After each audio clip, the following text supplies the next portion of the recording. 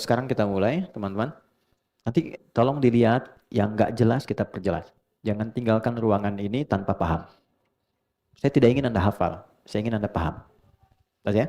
Oke. Eh, yang tidak di pertemuan lalu, pertama, teman-teman sekalian, ini posisinya berdiri seperti tegak saat kita memulai. Jadi begini, dari ruku' itu kan, sini ya. Kemudian berdiri, ya, sami Allahu liman hamidah, kan Rabbana walakal hamd. Ini sudah selesai di pertemuan lalu. Ini diminta oleh Nabi untuk tegak dulu badannya. Jadi jangan masih baru setengah gini, tiba-tiba langsung sujud. Ya, bahasa hadisnya begini, hatta ta'tadila qa'imah. Sampai Anda itu tegak berdiri. Bahkan nanti ada detailnya. Gak apa-apa, jazakallah khair. Sampai ada detailnya mengatakan bagian rusuk-rusuk tulang belakang ini terasa enak dulu, nyaman dulu. Jangan buru-buru. Oke? Dari segi kesehatan, supaya darah mengalir dulu. Baik. Jangan baru setengah sudah sujud, itu bahaya. Ini ya. Oke, jadi bangkit dulu. Sami Allahu liman hamidah. Rabbana walakal hamd. Pelan-pelan. Tenangkan dulu. Baru dijawab bil as-samawati bil ma-syi'ta min syai'in ba'du, atau bil as-samawati bil ardi wa bil ma-syi'ta min syai'in ba'du. Ya. Ya Allah, Engkau pasti mendengar orang-orang yang memujimu. Aku termasuk yang memuji Engkau. Terima kasih memberikan kesempatan padaku untuk sholat, untuk ruku. Aku memujimu. Oke? Ya Allah yang merawatku. Yang memberikan kebutuhan dalam kehidupanku. Menyembuhkan kala sakit. Memaafkan kala salah. Mengampuni kala dosa. Saya sedang bicara tafsir ya. Oke? Aku memujimu. Sepenuh langit, sepenuh bumi, dan sepenuh apapun yang layak untukmu. Setelah selesai, kenapa sujud? Teman-teman, Allah itu maha dahsyat, maha tinggi, dan melekat semua pujian kepadanya. Pujian itu bentuk syukur kita. Oke? Allah nggak butuh pujian kita. Nggak dipuji kita pun tetap sempurna. Tapi pujian kita kepada Allah menunjukkan syukur kita atas nikmat yang Allah berikan pada kita. Baik, Anda diberi oleh siapapun. Anda ucapkan apa? Terima kasih kan? Sebagai ekspresi kita memberikan sebuah penghargaan. Terima kasih. Nah, ekspresi kita mengungkapkan satu tanda terima kasih kepada Allah disebut syukur dalam bentuk pujian. Makanya alhamdulillah itu seringkali dilekatkan dengan nikmat. Dapat nikmat baru, alhamdulillah. Dapat sepeda baru, alhamdulillah. Nah, alhamdulillah itu bukan sekedar ekspresi, tapi komitmen kita mensyukuri nikmat ini.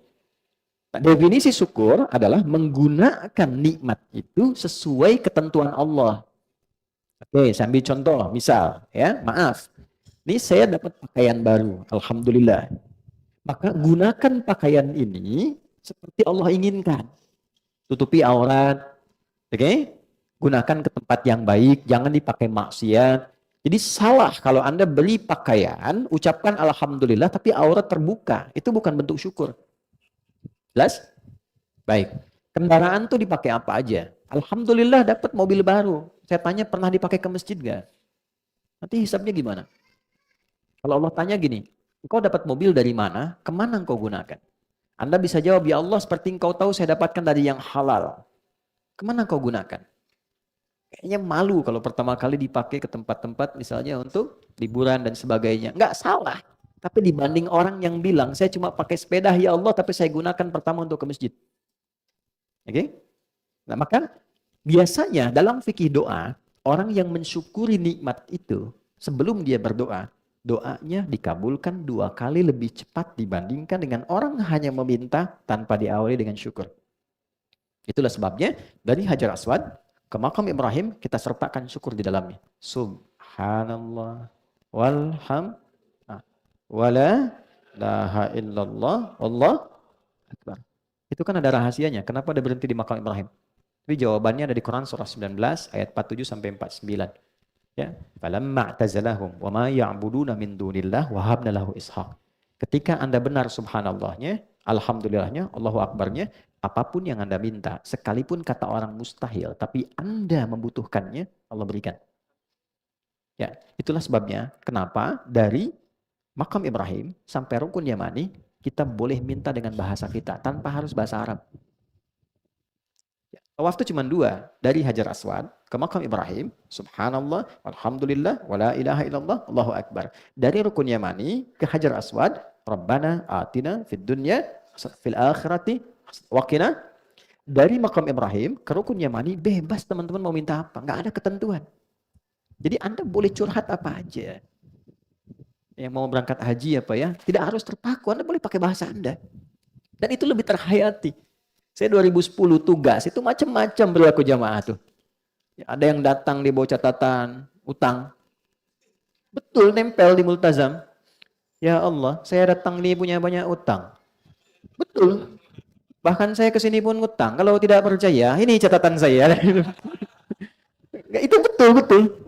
Ada yang dia pengen dapat jodoh datang. Multazam. Kan kita tugas sebelum banyak orang datang. Ya Allah, ya saya datang ke sini memohon, ya Allah kirimkan jodoh untuk saya dalam hidup saya. Tiba-tiba datang orang Arab perempuan, cantik tinggi, dia tunjuk kayak gini ya. Banyak hal yang terjadi nih. Oke, saya balik syukur dulu ya. Syukur. Nah itulah yang kita bawa dalam kehidupan. Kenapa sebelum sujud, dalam i'tidal kita banyak syukur. Karena sujud itu puncak doa. Dan keadaan paling dekat sama Allah. Ya, di ayat terakhir surat Al-Alaq, surat 96, wasjud karena itu ayatnya itu ayat sajadah. Dan kita sujud kan? Karena itu puncaknya. Saat sujud itu paling enak kita minta. Gak ada keadaan paling indah. Dan terdekat antara kita dengan Allah itu saat sujud. Makanya komen Nabi dalam keadaan sujud itu satu. Ya, indama aqrabul abdi min rabbihi wa huwa sajidun fa'aktsiru du'a. Au kama qala. Gak ada keadaan paling indah yang terdekat rasa kita dengan Allah kecuali saat sujud. Bila Anda benar sujudnya, rasa nikmatnya, perbanyak doa saat itu. Itulah sebabnya kenapa dimulai dengan i'tidal. Oke, paham sampai sini ya? Nah, karena itu saat i'tidal jangan buru-buru, kondisikan dulu diri kita. Tenangkan, nyamankan, syukuri dulu nikmatnya. Terus kalau menyebut begini ya, Sami'allahu liman hamidah, Rabbana walakal hamd. Anda teruskan, mil as-samawati wa mil al-ardi. Rasakan nikmat apa yang telah Allah beri pada kita untuk kita syukuri. Itu dulu. Terima kasih ya Allah, nikmat ayah, nikmat ibu, nikmat anak, nikmat kehidupan, ketenangan. Wa mil al-ardi min syai'in ba'du. Dan kalaupun belum saya bisa syukuri, bantu saya ya Allah untuk mensyukuri semua nikmat yang Kau anugerahkan pada saya. Setelah tenang, baru turut. Oke, sekarang kita secara teknis kita jelaskan dulu tentang turunnya. Kita belajar caranya, kita belajar maknanya, kita belajar hikmahnya. 3 ini. Ya, cara, bacaan, hikmah. 2 insya Allah khatam. Cara dan baca. Tapi makna belum tentu kita dalami itu. Untuk sujud dari berdiri ada 2 cara. Hati-hati dengan 2 ini.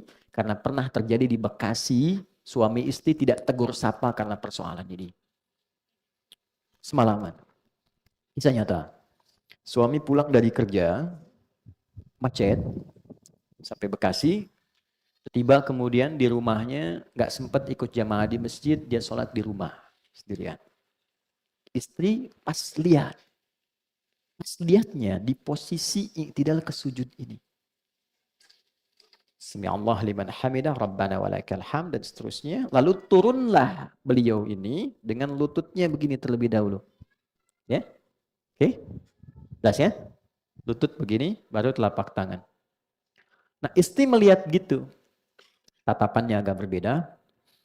Kemudian setelah salam, tanpa muqaddimah. Ini masalahnya. Tanpa muqaddimah. Pemimpin rumah tangga itu siapa? Suami, oke. Ciri khas pemimpin apa? Ciri khas pemimpin tuh nggak mau dipimpin. Ya, dia sulit menerima saran tapi bisa menerima masukan. Makanya masuknya tuh agak halus sedikit. Ya, kalau enggak nanti agak susah. Ya, tapi hati-hati juga. Ya, pemimpin tuh tinggi, tapi resikonya juga tinggi. Ya, high risk-nya juga tinggi. Kalau salah pun tersakiti yang dipimpin, masalah juga. Ya. Nah, jadi menyeimbangkan saja, menyeimbangkan. Yang menarik ini masuknya tanpa muqaddimah.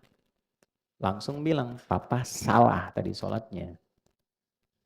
Wah, pemimpin kan jaga diri. Emang kenapa? Harusnya tadi bukan lutut dulu, tapi telapak tangan. Jadi pas turun, versi istrinya telapak tangan dulu begini. Oke, kelihatan ya, telapak tangan, baru lutut. Suami bertahan, mama yang nggak baca hadis. Padahal dua-duanya nggak baca.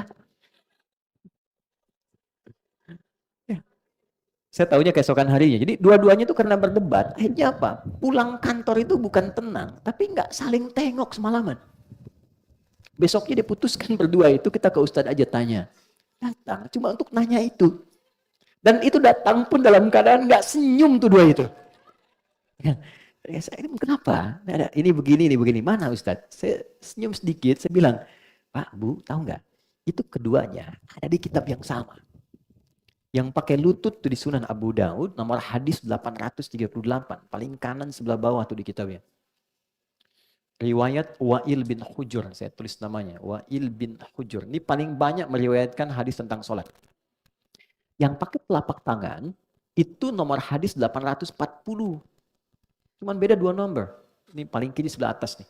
Ini riwayat sahabat Abu Hurairah. Oke. Oh, nggak pakai O, saya bilang, dengar dulu.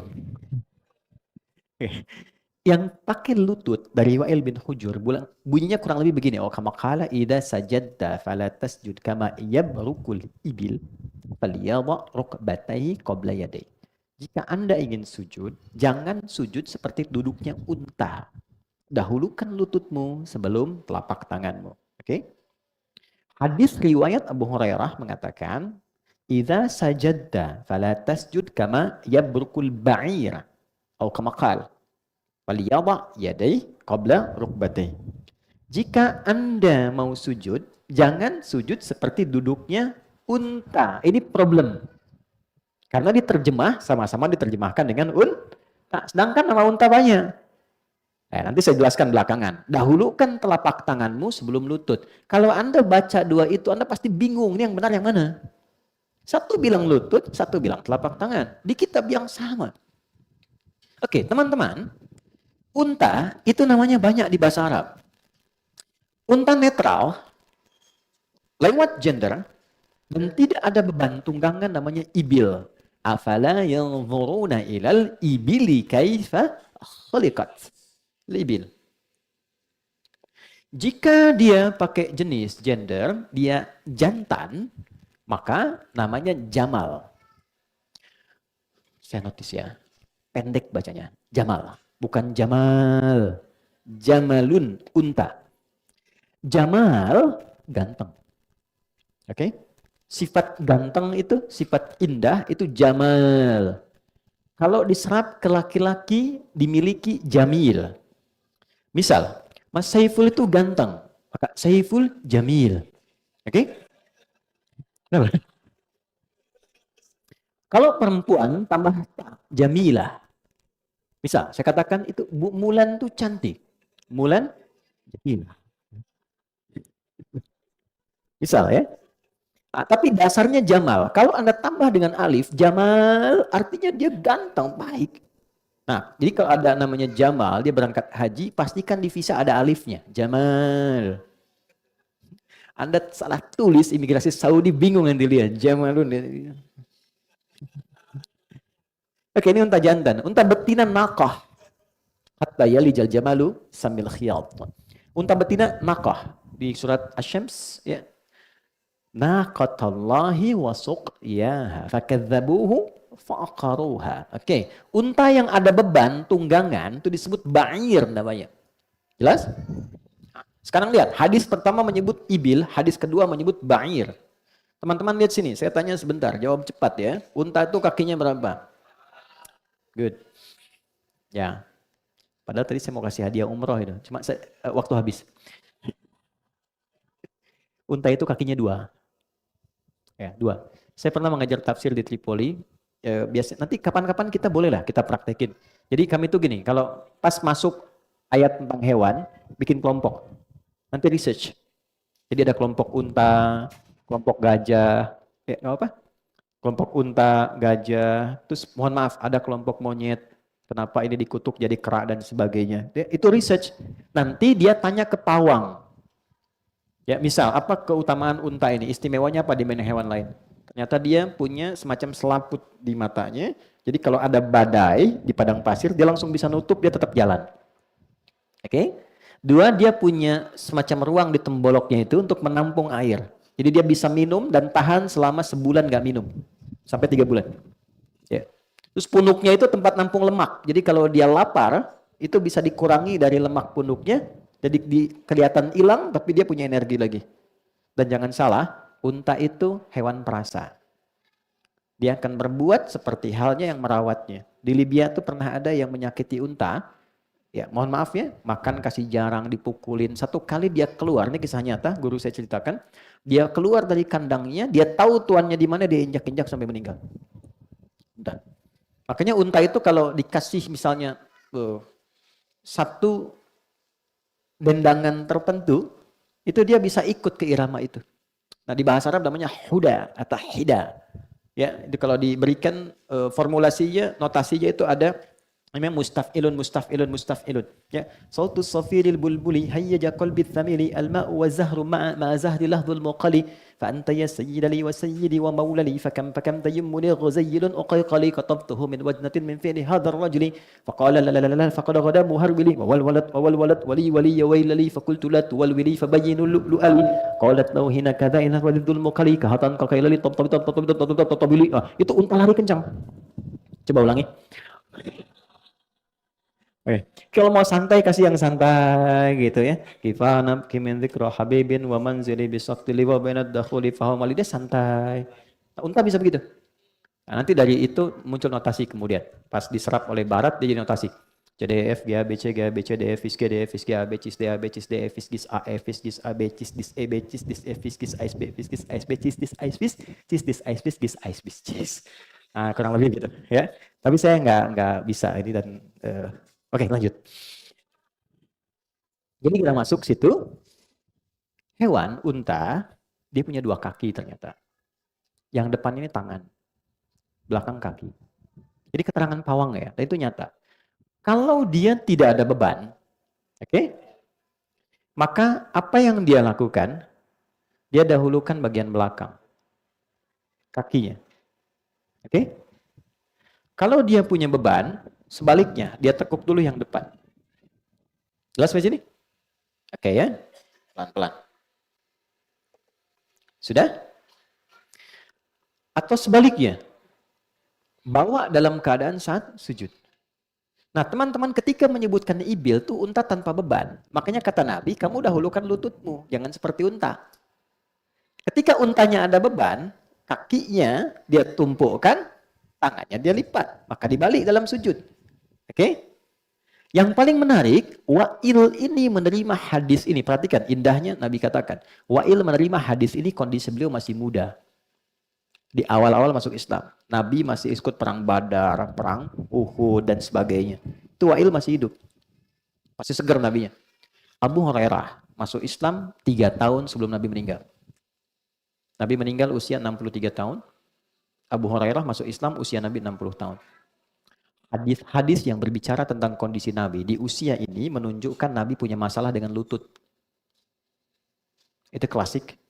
Ya, semakin senior bisa lutut bermasalah. Maka hadisnya berkata kadang Nabi nyender di tiang. Kadang menggunakan tongkat karena lutut bermasalah. Maksudnya apa? Hadis ini ingin berkatakan, kalau Anda mau sujud, boleh gunakan 2 cara. Bisa pakai telapak tangan, bisa pakai lutut. Kalau lutut Anda bermasalah, gunakan telapak tangan. Dan kesimpulan jangan salah, ini bukan persoalan tua atau muda. Ya, jadi jangan Anda simpulkan anak muda turun pakai telapak tangan. Tua. Ya mungkin cedera dia main bola, kakinya cedera, gunakan telapak tangan. Jadi nggak ada masalah di sini. Ketika telapak tangan masalah, pakai lutut. Ketika lutut bermasalah, pakai telapak tangan. Yang salah pakai kepala duluan. Gak usah ribut. Oke?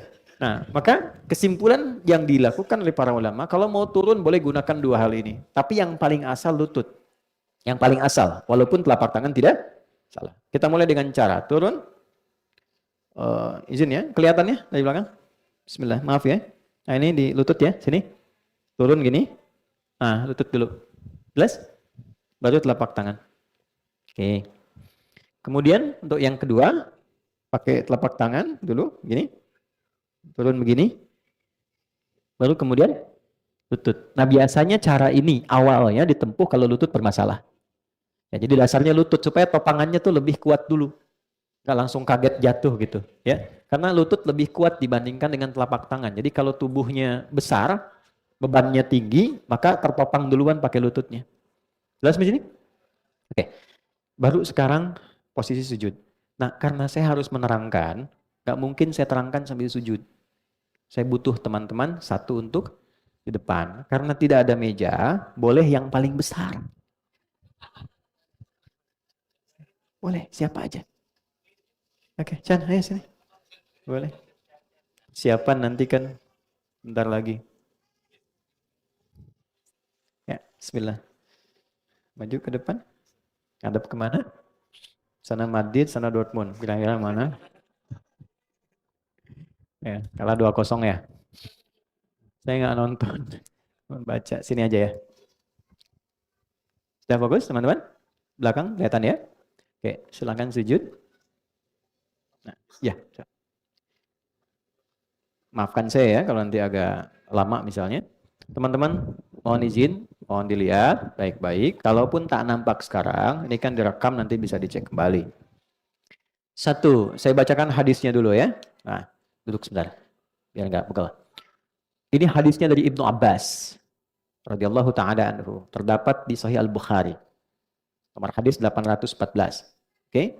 Saya bacakan hadisnya, kata Ibnu Abbas radhiyallahu taala anhuma, umirtu an asjuda ada sab'ati a'zamin. Aku diajarin Nabi, diperintah Nabi untuk sujud dengan menempelkan 7 anggota tubuh. Ada berapa? Ingat 7 ya. 1, halal jabah, kening. Ini. Oke, nanti fokus ya. Yang rambutnya panjang, yang laki-laki, nanti ada babnya sendiri.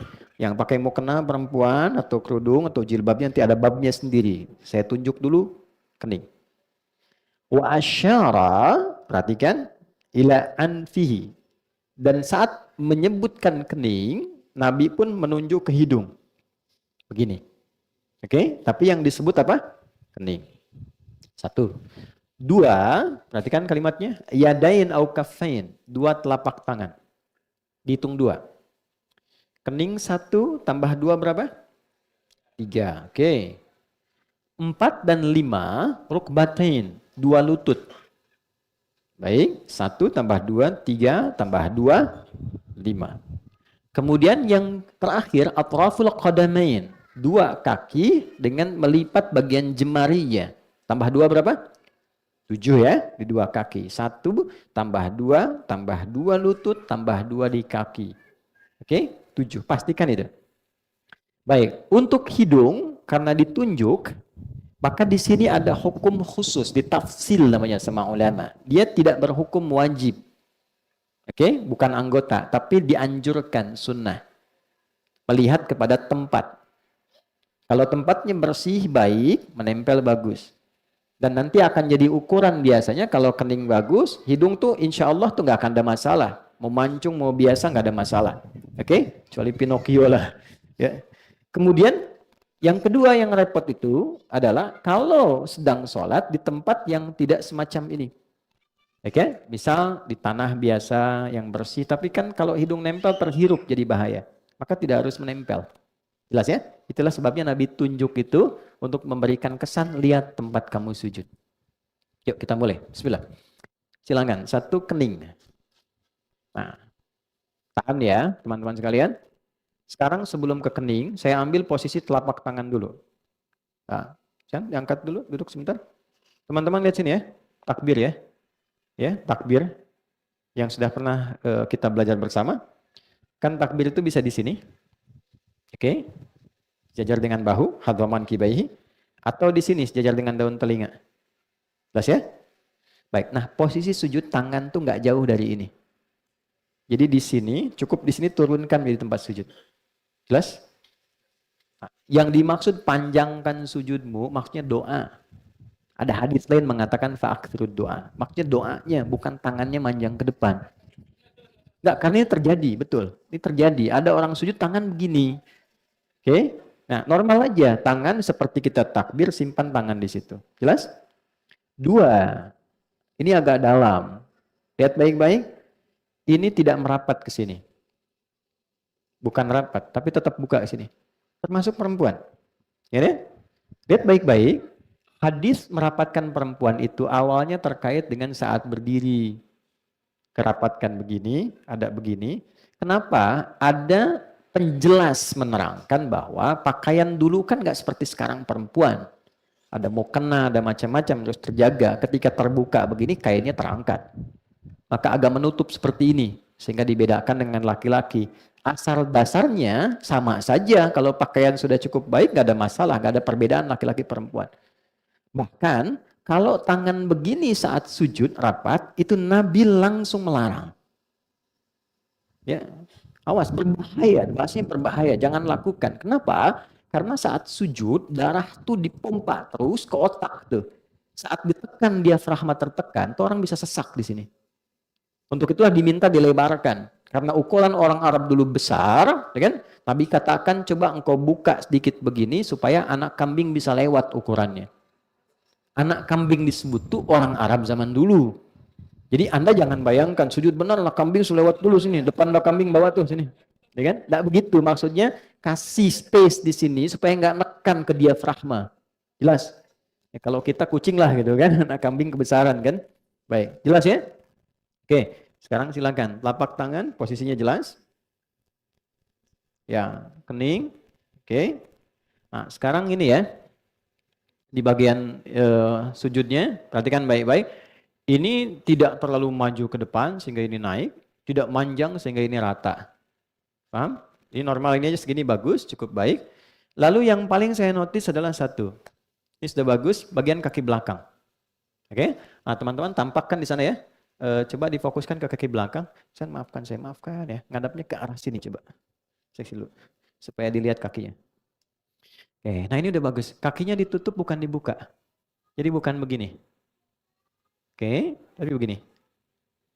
Jangan tanya kenapa dulu ya, biar ikuti aja dulu. Yang begini. Baik ya? Dah, ini begini. Udah bagus, satu kening. Kemudian dua telapak tangan, sudah. Sikunya tidak begini. Tidak ke dalam begini, nggak usah nengok sedang sujud. Ini. Tidak juga terlampau begini. Ya, sehingga saling sikut dengan yang di samping. Ini biasa aja saat bertakbir begini. Oke, belakang seperti itu. Bisa dipahami? Baik, silakan kembali ke tempatnya. Jazakallah khair. Sudah? Tenang dulu. Jangan lu berdoa.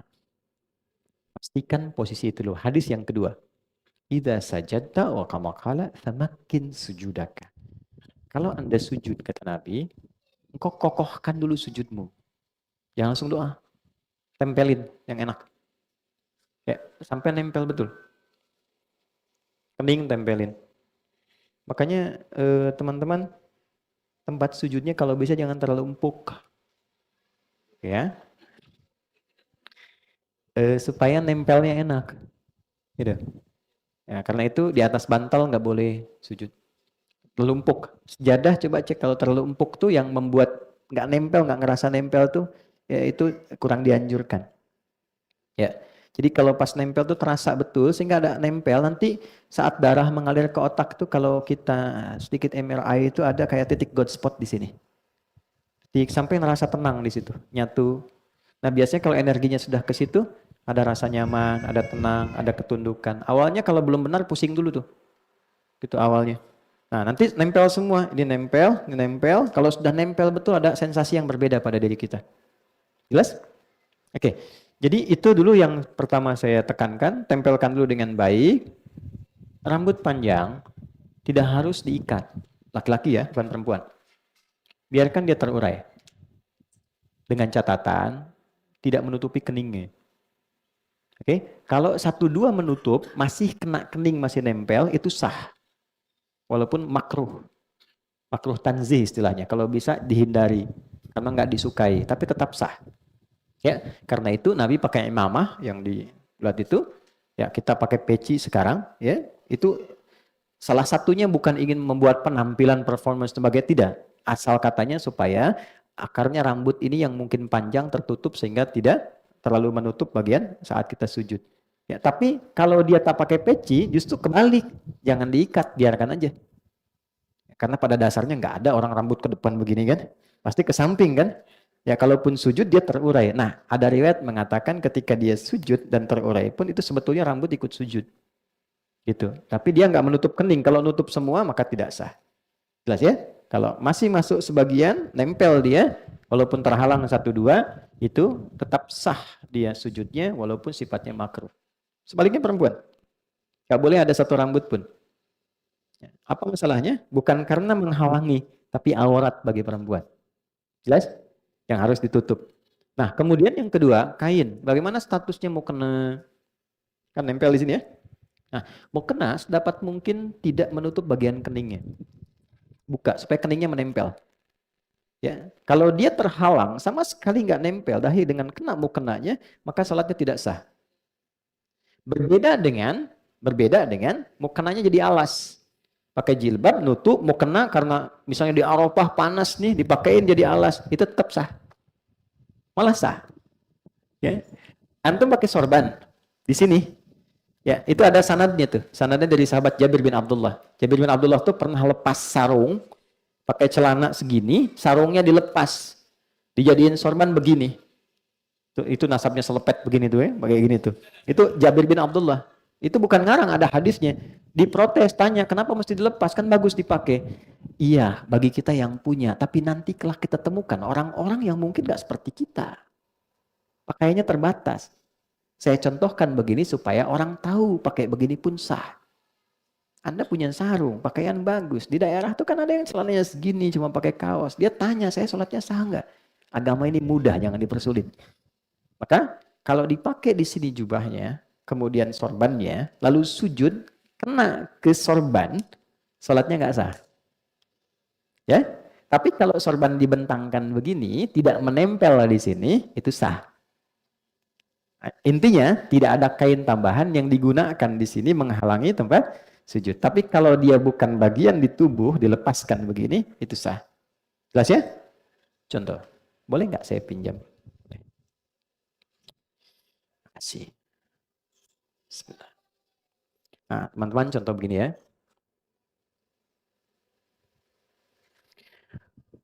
Kemudian mau sujud. Begitu mau sujud, ini terurai ke depan. Kamera melihat ya, supaya bisa nyampe. Ini. Nah, ini kena begini. Nah, ini tidak sah salatnya. Mau tidak sah. Oke? Okay? Ya. Karena ini sesuatu yang ada dalam tubuh, nempel begini, ikut terbawa. Tapi kalau begini, saya wukuf di Arafah, panas gini, dekat batu, saya gini kan supaya nggak terlalu panas. Sah. Jelas? Sekolah ya. Jelas sampai sini? Baik. Sudah sempurna sujudnya? Belum, karena belum berdoa. Belum, baru sujud. Sekarang doanya biasanya apa? Yang kita baca?